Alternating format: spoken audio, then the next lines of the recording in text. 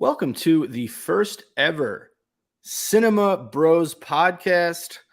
Nick, my brother, this is our movie podcast. What do you think? I think it's a podcast. All right, so I've been working on a little intro song. Maybe, it'll be Oh our fuck! intro moving forward. This is Maybe an not. this is an original. This is an original. You ready? Great. Yeah, let's hear it. When you get home after a long week from work, you thank God it's the weekend and put on your comfy clothes. But then you remember you're a loser with no plans. How about you join us and come watch a movie with the Cinema Bros? We are the Cinema Bros. If you're a fan of The Matrix and the Blue Steel pose, heat up some popcorn and come listen to our show. It's called the Cinema Bros. I didn't mind it actually. I don't know if the first couple lines rhymed, but it had like a decent flow to it. So I'll give it a 6 out of 10. Okay, I think You know that we what? I'll can say use seven. some. I'll say 7 out of 10. I think that we can use some type of variated version of that intro. We'll work on it. We'll modify it. We'll make it excellent. Ladies and gentlemen, thank you for joining us through our inaugural podcast, Cinema Bros, where Nick and I will review one movie each week. We'll break down what we liked, what we would have changed, pretty much everything you can think of. And we'll also do some fun sketches and think of some hypothetical sequels, prequels along the way. This podcast is brought to you by absolutely no one at this current moment. So sponsors, brands, if you're interested, give me a call. We can work something out. I don't think you pitch for sponsors in the first 5 seconds of a new podcast that we haven't even done anything with yet. I can pitch for sponsors whenever I want. Okay, this is my show. I'm not going to let people don't even know who we are or what we're doing, and you're asking for sponsors. And listen, the unknown is what makes it so exciting and attractive to new sponsors.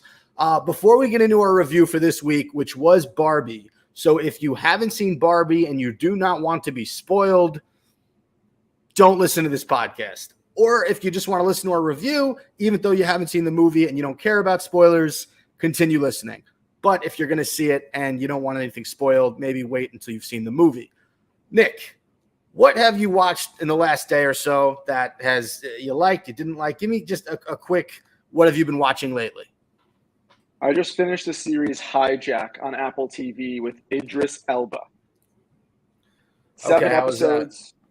Honestly, what I've been trying to do is expand my palette. It's not really my type of show. Basically, Idris Elba is on a plane home to try to win his wife back. The plane gets hijacked by kind of these like English, British, organized crime terrorist group. And they basically hijack the plane through this very complex process. And they're planning on crashing it into London unless they release the two crime bosses from prison. The two crime bosses from their organization who are currently in prison. Idris Elba plays a negotiator. His job is to negotiate business mergers and acquisitions in real life. So he tries to use that skill to convince the hijackers not to crash the plane, to try to get some leeway for him and the passengers. So it takes place over 7 episodes, 7 hours of the flight. I think it's Dubai to London. And so every episode is an hour on that flight. Now, went into it thinking, okay, this is kind of a drama thriller. It's a little bit of a cheesy premise, and Idris Elba's going to negotiate his way out of a terrorist attack. I will say, it had me on my toes. It had me on the edge of my seat. It was very entertaining. The acting was pretty solid. For something that I normally wouldn't be into, I honestly was waiting for the next episode to come out because they left you on a pretty big cliffhanger on an airplane in the sky, wondering if it was going to blow up, if it was going to crash, who was going to be in the cockpit. So it was what I'll say to people, because I know someone like our mom, we're brothers, and our mom wouldn't want to watch something that's a little bloody, more disturbing. This, for what it was, really wasn't like a very graphic, messed up, hard to watch, action-y film. It was more so about the suspense and drama and trying to talk these guys out of doing something awful. So there's a couple moments of blood, there's a couple gunshots, maybe 2 or 3 throughout the entire 7 episodes. So for people who are like, oh my God, I want to watch something gory, I don't think this should stop you. It's a good movie. It's interesting. And I learned a lot about air traffic control, how planes work, how pilots work, cockpits. Very interesting in that regard. So Is it a movie or a TV show? You called it a film several times. It's a TV show. Okay. Just want to make TV that clear to the viewers. It's a TV show. 7-episode TV show on Apple TV, and I would give it a 7 out of 10. Okay, based on your description of the show, 40% chance I watch, maybe 35%. I'm not crazy about those types of shows, and also I don't think you did a great job selling it. Now here is what I've been watching lately. It's called Captain Fall. You can see there. It's an animated show on Netflix. It stars Jason Ritter, who you might remember. He was in Freddy vs. Jason. He's been in a few different things. Christopher Maloney's in it. Adam Devine's in a few episodes. Christopher McDonald, who's Shooter McGavin from Happy Gilmore. He's his father. It's about a captain, or he comes from a family of famous captains, and he's terrible. He's the bottom of his class. And one of the most prestigious, I guess, cruise lines hires him to be a pilot of their ship. But it's a whole thing. They want someone who's incompetent and has no experience. It's kind of funny. I'm one episode in. I'm liking it. I think you'd get a hoot out of it. For those listening, Spencer and I, my brother and I, have a little bit different taste in what we watch on TV. There is a lot of crossover between what we enjoy, but whereas I'm trying a dramatic thriller on a plane hijacking, he is watching an animated show about a captain of a cruise who comes from a family of captains. Wait, let me read you. Of all time is Children's Hospital. If you haven't seen Children's Hospital, Rob Corddry, look it up. It is absolutely fantastic moronic. Show.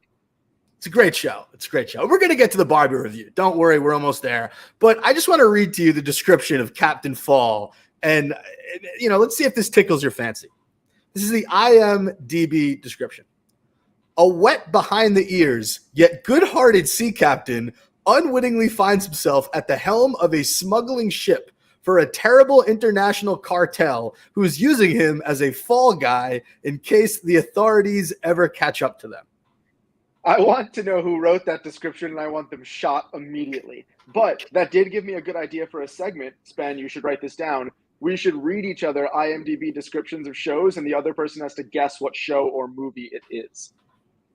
I like that. That's not bad. That would be a cool segment. That would be a cool segment. Okay. All right. We can work it in. Listen, guys, we're working the kinks out on the show. If you don't know who we are, Spen and Nick Shanman, Spen didn't give our last names. You might be asking, what experience do we have in movies and TV to be talking about this? The answer is Great question. I have a lot. Spencer has none.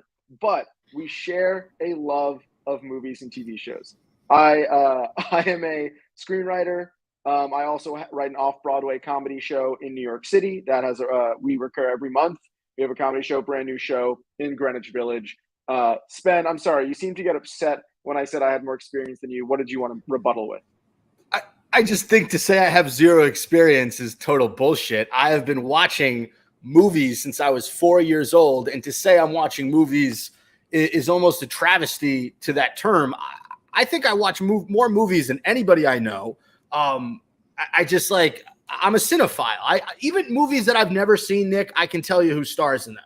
So that's the kind of moviegoer I am. Yeah, maybe I've never written a script or I've never acted in an improv comedy sketch show, but I think when it comes to improv and sketch are two different things. Sketch is what we do. Sure. Sketch is scripted. Improv is made up. With that said, exactly. I agree. You've probably watched more movies and TV shows in your life than I have in mine. And at the end of the day, anybody could be a critic of a movie or a TV show. So I think having the dichotomy between both of us, someone who's in the industry, someone who's not in the industry, but who absolutely just loves watching movies and TV shows, is a very cool and interesting balance. And we'll come at it from two different, unique perspectives. That's fair. And to all the listeners out there, I know that improv and sketch aren't the same thing. I was just trying to make a fucking point. Understood. Okay, Nick, anything else you want to say about us before we get to this Barbie review? No, I'm excited to talk about Barbie. Yeah, let's do it. So you saw Barbie, I want to say a week ago, correct? Yeah, I saw Barbie last week. I saw Oppenheimer on Sunday. So I've seen the two biggest movies, arguably of 2023 so far, in the span of a week. So have not seen Oppenheimer, but since me and Nick we're doing this show, I made it, a point to go see Barbie on Tuesday night with my wife. I actually think I wanted to see it more than she did, and I ended up liking Barbie more than she did. So we'll get to our ratings in a second, but For all those unfamiliar, Barbie 2023, it's rated PG-13. It's an hour and 54 minutes of runtime. And the plot is Barbie suffers a crisis that leads her to question her world and her existence. This movie stars Margot Robbie, Ryan Gosling, Issa Rae, Kate McKinnon, Will Ferrell, Emma McKay. Is it Robbie? I thought it was Margot Robbie. I thought it was Margot Robbie. Why are you saying Robbie? Did I say Robbie? Margot Robbie. Dua Lipa, Simu Liu, Kingsley Ben Adir, Scott Evans, John Cena, America Ferrara, or Ariana Greenblatt, Michael Cera, Rhea Perlman, and Helen Mirren narrates it. A million stars in this movie. I'm sure some of those names you guys didn't know, but most of them you did. Nick, let's start with you. It's directed by the unbelievably fantastic, one of the best directors of our generation, Greta Gerwig. Co-written by Greta Gerwig and her partner Noah Baumbach. Greta Gerwig, if you don't know, she did Little Women, the remake. She was an actor as well. She was in Frances Ha. Her kind of directorial writing debut is Lady Bird, starring Saoirse Ronan, which is a phenomenal film. And Noah Baumbach, her partner and co-writer on Barbie, is also a big-time writer. He wrote Marriage Story, which obviously with Adam Driver and Scarlett Johansson nominated for a lot of Oscars. And I'm not even getting into their list, but both phenomenal in what they do, and I thought it was really cool that they came up and teamed up for this film, which has already grossed over $800 million in the box office, doubling Oppenheimer so far. All right, and let's just face it, I think that Barbie has a wider audience than Oppenheimer. Would you say? Well, all the women in the world want to see Barbie because, listen, I absolutely love Barbie. My review is only going to be positive, maybe with a couple tiny critiques. But it is a feminine film. It is a feminist film. It's for women, made by women, starring women. So here's the problem with Oppenheimer. Oppenheimer is a dude film. There's going to be some women that see it, but it's Christopher Nolan, dark, a biography, thriller. Whereas I think women are going to bring their men and men are going to want to see Barbie. I don't think Oppenheimer is going to have that same balance. So that's just kind of my initial take on why Barbie was a more attractive film to a majority of people. Question, Nick, do we want to do the number ratings and we're going to do out of 10? Do we want to do that in the beginning of the review or the end of the review? Why don't we do it first? Because then we can kind of stand behind it. Sure. Okay. You want to go first? Sure. All right. Let's hear it. What was your review of Barbie? And tell me why. My overall rating out of 10 of Barbie was an 8.4. I thought, and that to me is high tier. It has an 88 on Rotten, so maybe I'm a slightly below the Gen Pop with their overall review of Barbie. But I thought it was a phenomenal film. Here's why, and this is a hot take I have, and I keep bringing up Oppenheimer because they kind of go hand in hand release date wise. They're competing against each other in the box office. People keep talking about them. They've coined the term Barbenheimer. My hot take is that I actually think Barbie is a better film than Oppenheimer. Now, I'm not going to dive too deep into Oppenheimer. That's not what we're reviewing. Great biographical film. Good movie. But Barbie was one of the most unique things I have seen in a long time. Barbie kind of, to me, was almost a satirical. It was a satire, yet it was dramatic, yet it was inspiring. It played on these kind of gender norms, made fun of gender norms, kind of broke gender norms. It was very feminist in the best way in terms of proving what's currently wrong with our society.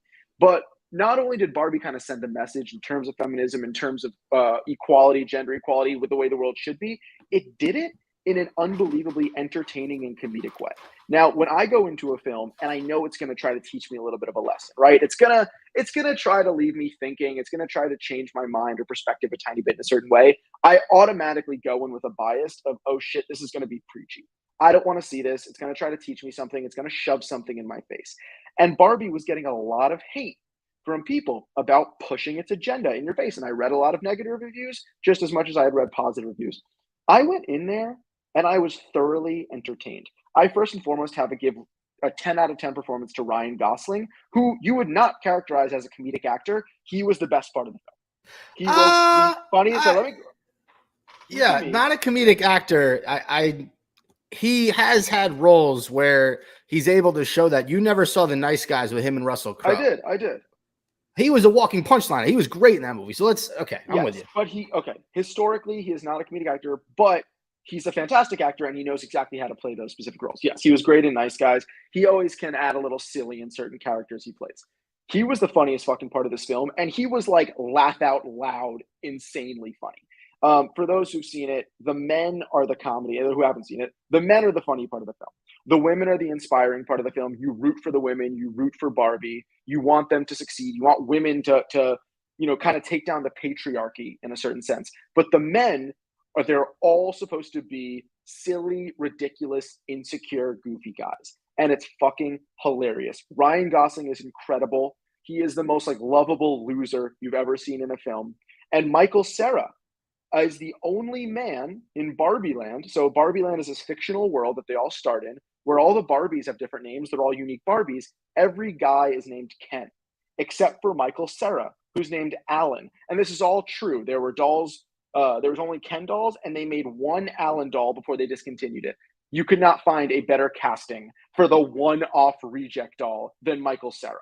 He was brilliant. He was hilarious. So I'm digressing a little bit. The film itself was basically Barbie going into the real world, realizing the real world is run by men, having to help the real world, kind of send a message to the real world while coming back and saving Barbie Land. Realizing she doesn't need to be the perfect Barbie, kind of everything you expect. But the ride along the way was extremely unpredictable. It was thoroughly entertaining. There were car chases. There were moments in the real world. There were moments in Barbie Land. There were dances. There were musical numbers. There was a Ken song. Then they used Push Me Down by Rob Thomas to make fun of men everywhere, which I thought was the most brilliant, hilarious scene of the entire film. Point being, and I'll wrap up my conclusion here, for something I thought was going to be very preachy, something I thought was going to be trying to shove a message down my throat, I thought it was done in such a surreal, likable, entertaining, funny, yet still inspiring way that it kept me in the entire time. My only real critique was the length and a few extra endings. I don't like when a film feels like it has 3 or 4 endings. It could have ended a few different times, but then every single person kind of has to find their conclusion. Every single person has to have their own ending. So maybe it dragged 10, 15, 20 minutes. But to me, really, really well done film. One of the best things I've seen in a while. And as a guy, I cannot empathize with women's equality, obviously, like a woman can. My girlfriend, who I went with, was almost in tears watching the end of this movie, and that spoke to me. I was not moved to tears. There's this whole speech about women's inequality and kind of the way the world works. I enjoyed it. It was interesting, but watching the way women react to that was moving to me and kind of added an extra kind of aspect to this film that I kind of didn't resonate with, but I completely appreciate that this film could do that for certain people. Wow. Okay. It's funny. It's a really good thing that we didn't connect on this before the podcast because, okay, you give it an 8.4 out of 10. You absolutely loved it. I give it a 6.3 out of 10. I liked it. All right. Here's where I'll agree with you. The casting was phenomenal. I thought Kate McKinnon. Shout out to Kate McKinnon. Weird Barbie. She was great. Gosling was hysterical. Margot Robbie, if I'm saying that right, she was fantastic. Issa Rae, Simu Liu, I enjoyed. Kingsley Benadir, which I had just watched, Secret Invasion, which is Marvel's new show with Nick Fury, Sam Jackson. He was the bad guy in that. So I had just watched him be this kick-ass bad guy to being, an emotionless Ken. It was kind of funny. John Cena made a cameo. Rhea Perlman was great as Ruth. And then, like you said, Michael Cera was just absolutely hysterical as Alan. Every time he was on the screen, I was dying laughing. I thought America Ferrara did a really good job in her role. And so did Ariana Greenblatt, who plays her daughter. Do you want to kind of explain America Ferrara's role? Yeah. So basically, for those who haven't seen it, Margot Robbie, as stereotypical Barbie, as they call her, she starts having these feelings of self-doubt. She wants to, she's wondering about death. And in Barbie Land, that's not a thing. No one ever thinks of anything other than having a good time. It's almost like a nirvana for women, right? Would you call it that? So basically, as Nick nods on a podcast, she starts feeling these emotions of self-doubt. She's thinking about death. And she finds out that all their, I guess, spirits are tied to dolls in the real world, in which she has these visions of a daughter and a mother not getting along. And basically they're playing with a Barbie doll. And that's kind of the whole gist. The Barbie doll is taking in this tension between a mother and the daughter. And Margot Robbie's character, Barbie, is affected by this. So she ends up having to go to the real world and confront the person who's having these issues. Initially, she thinks it's the daughter having these issues and she has to make the daughter feel better. But what you find out is it's the mother, it's America Ferrera's character, and Margot Robbie has to basically get her to make peace with her life before she can move on. Is that accurate? Yeah, they're both kind of losing touch with reality Right. and with their purpose, and they kind of got to help each other, one in the real world, one in Barbie land. They kind of got to make each other better. Right. So, okay, that's what I liked about it. I thought the casting was great. Honestly, and I'm not sitting, and you know, it's funny. You went with your girlfriend. She cried. She found it very, moving for her. And I'm sure a significant amount of women who went found it moving for them. I went with my wife. She did not find it moving. She didn't really love the message. She thought that it was a little bit antiquated. That was her opinion. Me personally, I didn't really get the message. Well, that's because you're dumb. No, but I did and I didn't. Like, I don't know. It just, to me, the whole thing was a little bit over the top.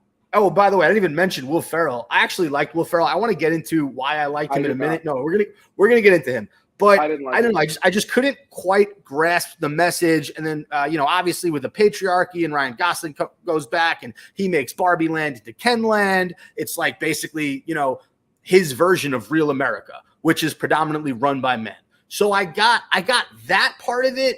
But then at the end, when like she doesn't want to be Barbie anymore, spoilers here, she wants to be a real person. It just kind of like eluded me. I maybe I am dumb. Maybe I'm a little bit challenged in the brain area. I thought it had too many endings. It was like they saved Barbie Land, but it wasn't good enough for Barbie. So now she has to go to the real. It felt like it could have ended at a bunch of different points. So I agree there. They kept trying to like drag out people going in all these different directions. Right. And I also, I don't know, like they didn't show enough of America Ferrera's struggles as a woman. That was the other part of it. Like she's got a job in Mattel, right? That's you first see her. She's at Mattel. She's at the front desk for the CEO, which is completely run by men. Right. She runs the front desk of a company that's entirely run by men, and her daughter hates her. Right. But the daughter's super woke. The daughter gets it. She's kind of part of that feminist movement. So I don't know. There was a lot that just I didn't get. I maybe that was me. Because here's the thing, like the struggle between the mother and the daughter, what did that have to do with femininity? Well, because the daughter, yes, she was woke in her regard, but she was also just a bitch. Like the daughter was rude to the mom, was rude to strangers. And listen, we're not gonna people will bring politics into this movie, and they'll argue on the left and right. Will say different things about the movie and its agenda. Overall, the women in this movie, to me, yes, they were trying to send a message. They were trying to be prove that they deserve equal rights, that this land predominantly run by men should also be run by women, but that they also make mistakes in how they do that. And I think America Ferrera needed some direction on how to better her life. That's where Barbie came in. Barbie needed direction on how to better her life, and the daughter needed to learn how to respect the mother. You could be woke as shit, but you could be a terrible daughter. So everyone kind of had a different conflict in that regard, right? America Ferrera is having an identity crisis. Barbie is having an identity crisis. The daughter thought that she needed to push the mother away in order to find herself, which wasn't true. So to hear your point, I agree. There were a lot of endings. But I don't think it was already a long movie with a lot of context. I don't think you needed more about America Ferrera's character. Like, listen, any movie could tell exactly what you need to know in one scene. We saw her and her daughter's relationship. They did not get along, and we saw her miserable at work. To me, that's enough of a reason or two reasons to want to make a change. Okay, all right, I hear you on that, but here's another part of it. So we're talking about the real world being terrible, being run by men. It's a patriarchy. It's a tough place for women. Then why the fuck does Barbie want to leave Barbie land and come to the real world? Why would that make sense? Why would she want to be part of the patriarchy? I think one, because she wants to try to make a difference. I think she saved Barbie Land. She saved Barbie Land. Sorry, that's the biggest spoiler alert of all, but I obviously think you guys who didn't see that saw that coming. I mean, She was it her or was it America Ferrara? Because it was America both. Ferrara was the one who got them out of that trance. Okay, America Ferrara and Barbie go back to Barbie Land. Ryan Gosling, Ken, has taken over. He's turned it into a patriarchy, Ken Land, and Where all they they have to do is listen convince, to Matchbox 20, by the way. which is very funny, and they have to convince all the women to stand up for themselves because they've never seen a patriarchy before. They don't know how to handle it, and they all convince each other to take over, and they do. They get back in control, and it becomes Barbie Land again. But they learn to live in harmony. Not women shouldn't be in charge, men shouldn't be in charge. They should all be working together. There's a funny throwaway joke that a man asks if he could be on the Supreme Court, and the woman says you could start as like a low-level civil servant or something like that, which is really what happens in real life. That's true. So that was a funny little thing. Um, why does she become a real girl? I guess to me, it's just kind of I've done all that I can here. And now that I've seen the real world, how can I go there, find myself, and make this world a better place? It was like, you get a taste of the nectar and you come back of the gods, and now you go back to your ordinary existence and it's not good enough for you anymore. So that to me was not necessarily essential to the film, but I understand why, from a character arc, someone kind of evolves past their normal life and is ready for a new chapter. That to me makes sense. But let's get to Will Ferrell. So Okay. Will Ferrell plays the Yes. CEO of Mattel. Yes.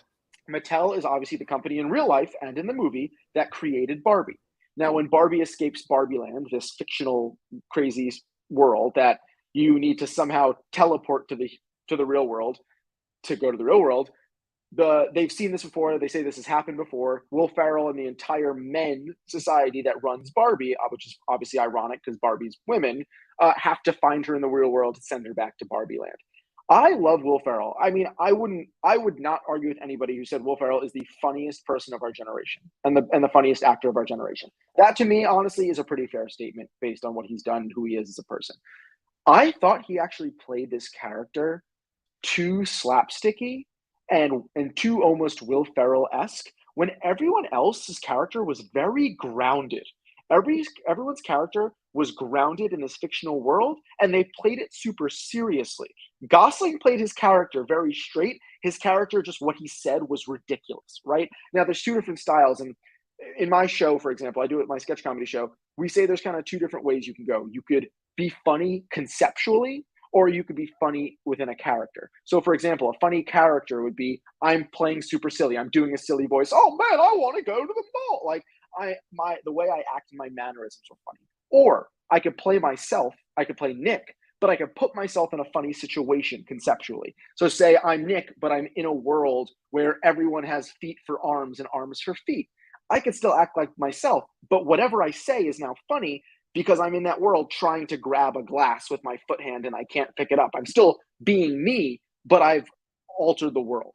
Now, Barbie Land is this world that women run. Everything's perfect. Kens are all stupid. They don't know how to act, and all they want to do is impress Barbie.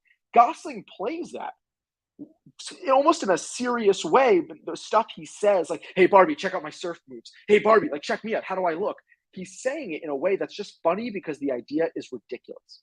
Whereas I think Will Ferrell was trying too hard to be silly and goofy in his character, in his mannerisms, and he wasn't playing it in kind of the grounded in surreality that if surreality is a word, that everyone else was doing it. Now, this could be me overanalyzing it, but I read some reviews that kind of agree that Will Ferrell just wasn't on par with everybody else's acting.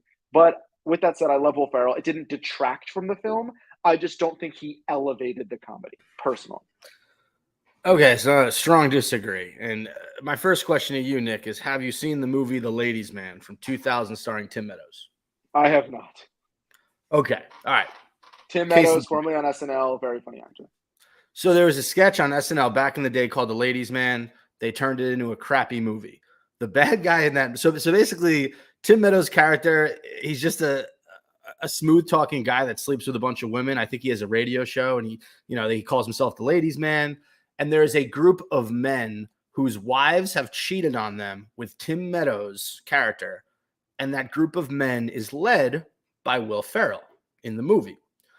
So there's kind of this like, I don't know. It's like a follow the leader type of concept in The Ladies Man, where whenever Will Ferrell says anything, all the husbands that were cheated on by their wives, they just go with it. It's like a mob mentality. So I saw him in this role. And for those of you who haven't seen Barbie, there's just a group of men with suits around Will Ferrell the entire time. I thought he played that character identical to the one in Ladies Man. And the funny concept in Ladies Man was like their goal is to kill Tim Meadows' character, but it's a comedy. And you know they're never actually going to do it. And Will Ferrell, almost like every chance he gets to do it, he fumbles the bag almost on purpose in a ridiculous way. Drawing any similarities in Barbie, like obviously you know that Mattel is not going to kidnap Barbie and put her back in the box, which is what they wanted to do. Like there was a moment where they had her in the box and she just slips out, whatever. I thought he played the character in this movie, the CEO of Mattel, the same way he played that mob leader in The Ladies Man, and it just worked. It's like the incompetent bad guy you know is never actually going to get anywhere, but he is representing the patriarchy, right? In a way. So I liked his performance. I thought he was funny. I thought the scene when they're in the round table and they're all whispering, you know, what the news is, and then they get to Will Ferrell and he just faints. I thought that was funny. There were some good moments. Like there were some scenes in this movie that did make me laugh, and I know I gave it a 6.3.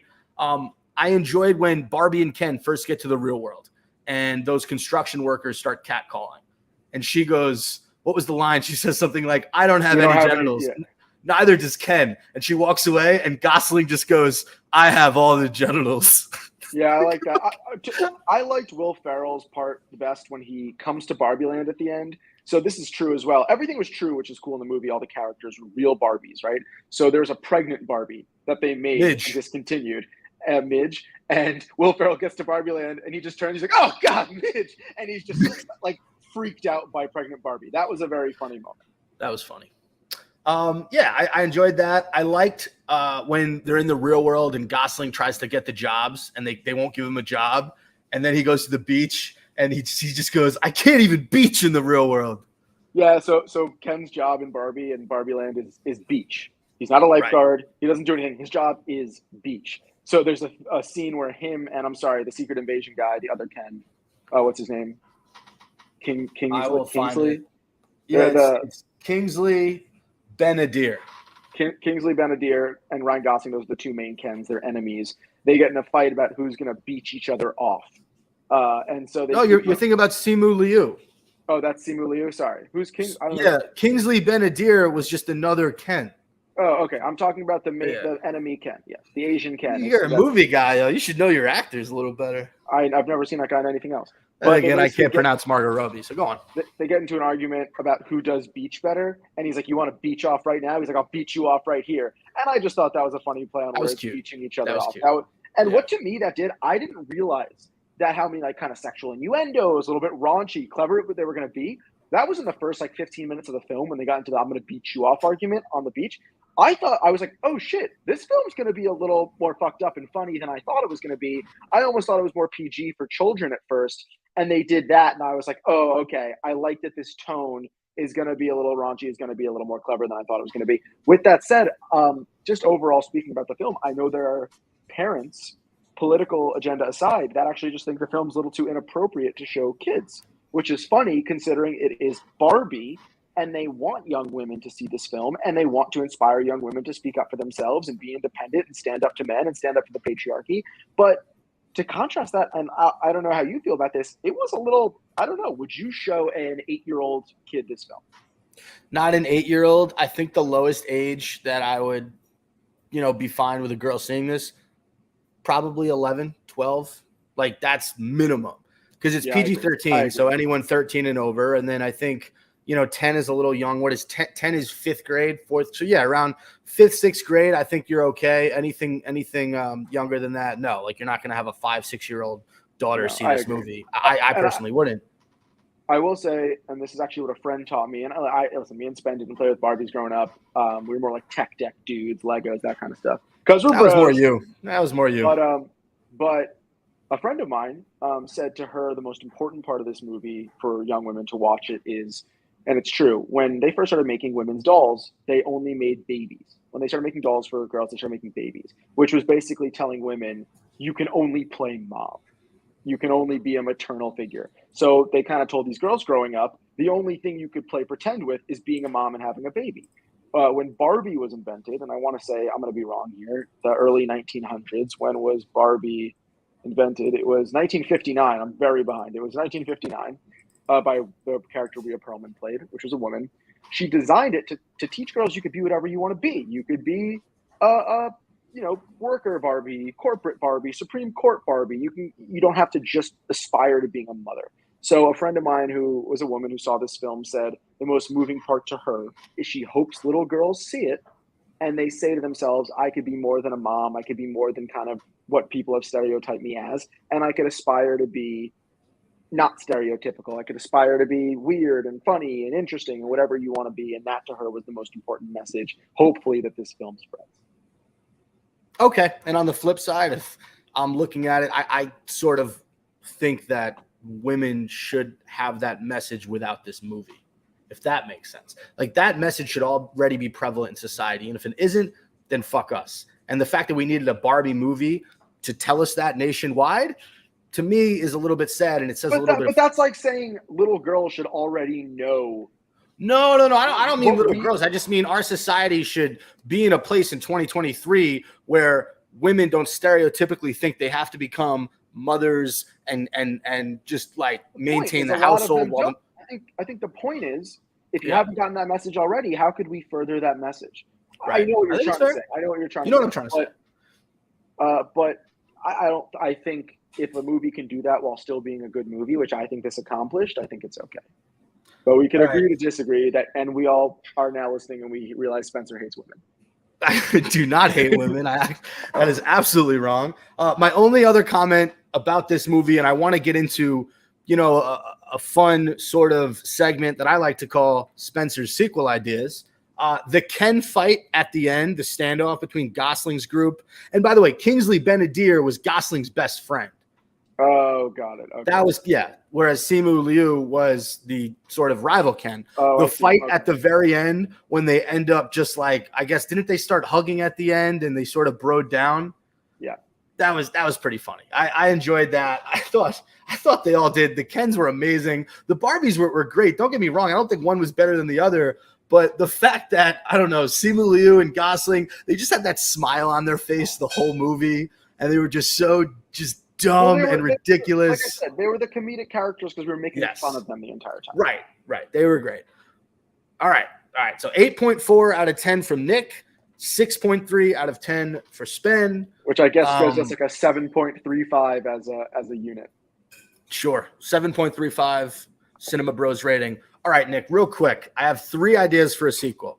You ready? Yeah. Okay, number 1. It's a movie about Alan. I like that. I'm already in.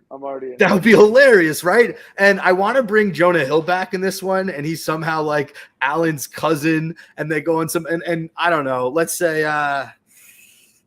like there's something going on in the real world, and then Alan tries to make it in like New Mexico, and I think there's some promise. I'm in, but Jonah Hill's kind of on the outs right now with society, so that's up in the air. Yeah, that's fair. Number 2. And this is like a dead serious thing. Make a biopic about Ruth Mattel. Yeah, she's the creator of the Barbie. Yeah, that's cool. I thought Rhea Perlman did a good job. I'd have her play her. Yeah. And then finally, I kind of wish, and this would be like a different Ken movie, but I want to see a Ken movie with Simu Liu as the classic Ken instead of Gosling. Also, her name's Ruth Handler. Her name isn't Ruth Mattel. Ruth Handler was the inventor of Barbie. Right, because Barbara Handler's the daughter. Yeah, that's who she named Barbie after her daughter. I want to see Simu, who was the rival Ken. I want to see him as the classic Ken instead of Gosling. Yeah, I like that. That could be cool. Why does Ken have to be a white guy, right? Yeah, I'm with you. You're with me. So those are my 3 sequel ideas. I think your favorite was beat each other up. That'd be great. Reminder, Alan was Michael Cera's character. He was a one-off doll that did exist, but they never made him again because nobody wanted him because he wasn't as cool as Ken. So Michael Cera is just kind of this one-off loser in Barbie Land who nobody wants. and he just makes these little offhand comments. And at one point, Helen Mirren, who's narrating, goes, "And that's Alan, and there was only one of him ever made." And Michael Cera just kind of responds to nobody and goes, "Yeah, I was always wondering about that," which was a funny Michael Cera moment. Michael Cera is great. All right, Nick, that does it for this week's episode of Cinema Bros. Thanks to everyone for tuning in. We're going to work out the kinks. We're going to make this the best darn movie podcast on the East Coast. Thanks for tuning in, and we'll see you next week. Thanks, guys. Have a good one.